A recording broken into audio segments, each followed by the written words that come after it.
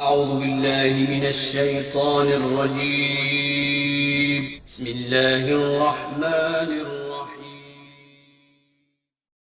حضور اکرم صلی اللہ علیہ وآلہ وسلم نے فرمایا کہ ایک بار حضرت موسیٰ علیہ السلام بنی اسرائیل کی ایک جماعت میں تھے کہ اتنے میں ایک شخص آیا اور کہنے لگا، کیا آپ جانتے ہیں کہ دنیا میں آپ سے بھی بڑھ کر کوئی عالم موجود ہے؟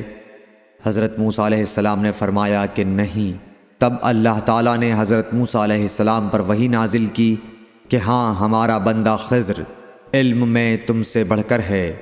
تو حضرت موسیٰ علیہ السلام نے ان سے ملنے کی راہ دریافت کی۔ اس وقت اللہ تعالیٰ نے ان سے ملاقات کے لیے مچھلی کو نشانی قرار دیا اور ان سے کہہ دیا کہ جب تم مچھلی کو نہ پاؤ تو لوٹ جانا، تم خضر سے ملاقات کر لوگے۔ حضرت موسیٰ علیہ السلام دریا میں مچھلی کے نشان کا انتظار کرتے رہے۔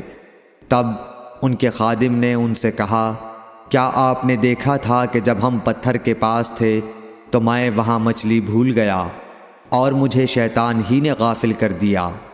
حضرت موسیٰ علیہ السلام نے کہا کہ ہم اسی مقام کے تو متلاشی تھے۔ تب وہ اپنے قدموں کے نشانوں پر باتیں کرتے ہوئے واپس لوٹے۔